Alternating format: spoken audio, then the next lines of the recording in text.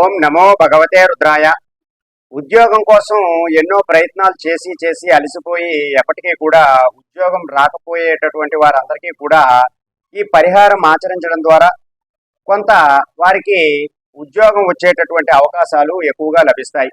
అయితే మన జాతకంలో ఖచ్చితంగా 9వ స్థానంలో బుధుడు సూర్యుడు కూడా మనకి రిప్రజెంట్ చేయాలి. అప్పుడు మాత్రమే మనం ఉద్యోగం సాధించేటటువంటి అవకాశాలు చాలా ఎక్కువగా ఉంటాయి.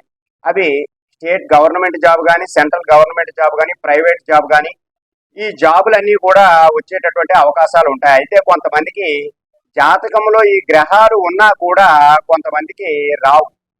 అటువంటి వారు ఎన్నో పూజలు, ఎన్నో వ్రతాలు, హోమాలు, యజ్ఞాలు అన్నీ కూడా చేయించుకున్నా కూడా వారికి ఫలితాలు ఉండకపోవచ్చును. అయితే మనం ఎక్కువగా సూర్యుడి యొక్క ఆరాధన చేశాము అంటే తప్పకుండా మన మనసులో ఏ జాబ్ అయితే కోరుకుంటామో ఆ జాబు మనకి తప్పకుండా వస్తుంది. అయితే మనం సూర్యుడికి ఆదివారం నాడు కొన్ని నియమాలు అనేటటువంటివి పాటిస్తూ ఉండాలి.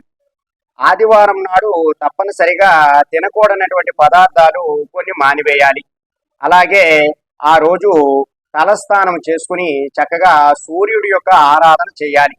మీరు ఏ ఆదివారం నుండి అయినా సరే ఈ పరిహారాన్ని ఆచరించండి. మీరు ముందుగా స్వామివారి సూర్య భగవానుడికి నమస్కారం చేసుకుని ఇప్పుడు నేను మీకు చెప్పబోయేటటువంటి మంత్రాన్ని ప్రతిరోజు కూడా ముందుగా మీరు మొదలుపెట్టే ముందు ఆదివారం నాడు ఎంచుకోండి.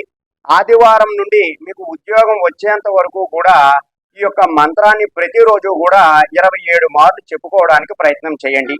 ఆ మంత్రం ఏమిటి అంటే ఓం హ్రాం హ్రీం ఓం సహ సూర్యాయ నమః.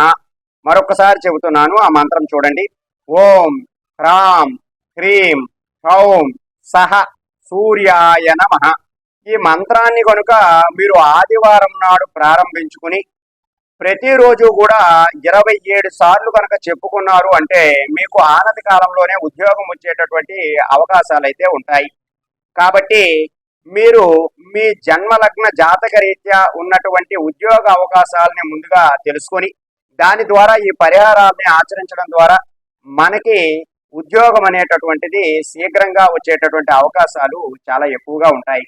కాబట్టి ఈ పరిహారాన్ని ఆచరించండి. ఈ మంత్ర జపంతో ఉద్యోగం పొందండి. సర్వే జనా సుఖినో భవంతు. శుభం.